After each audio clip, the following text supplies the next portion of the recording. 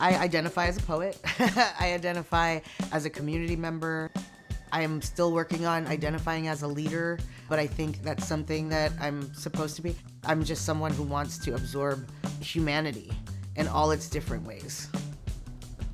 I'd say my artwork is always about living in many worlds, as a mother, as an Indigenous woman, as an artist, as a community member, as a professional, and just as like a flawed healing person. I was a high school art teacher for the past 35 years. I retired 3 years ago. I've known I was an artist since I was a little kid. I can't live a day without doing art.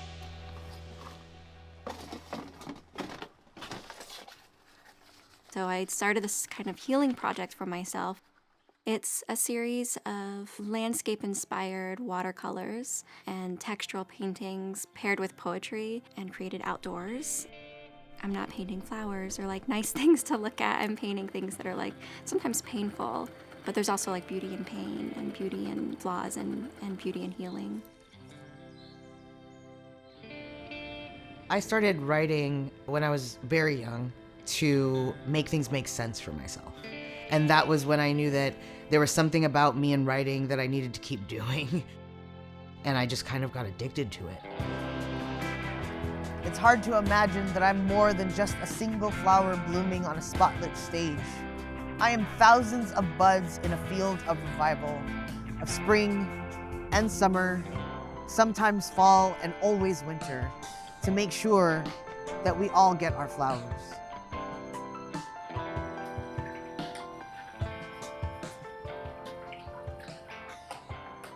I paint what I remember as a child working in the fields with my family and my parents.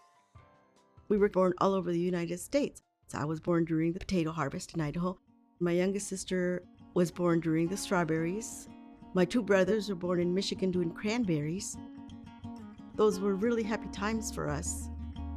The fields were vibrant, the grass, the repetition of the rows, the sunsets in the morning. When I am painting, I feel like I'm connecting with my past. I think artists are going to make art regardless of whether or not we can afford it. We will scrap together materials, we will find a way. I had been renting a studio for about $450 a month, which is a lot for an artist. You know, you have to sacrifice a lot. But with the Innovator Award, I was able to build this home studio in my backyard, so now I own it outright. I can host art gallery shows, I can teach classes, I can have long-term stability where I always have a space to create art, and that's really incredible. When I first received the grant, the first thing I felt was seen. And I think that a lot of artists go a long time without feeling that. So someone is actually saying, we like what you're doing, please keep doing it more. And like, that's the best feeling in the world for any artist. All art does something for someone. And isn't that what like the whole point of it is, right? To get people to move or evoke some sort of feeling out of someone. And if it can do that, then it's worth it every single time.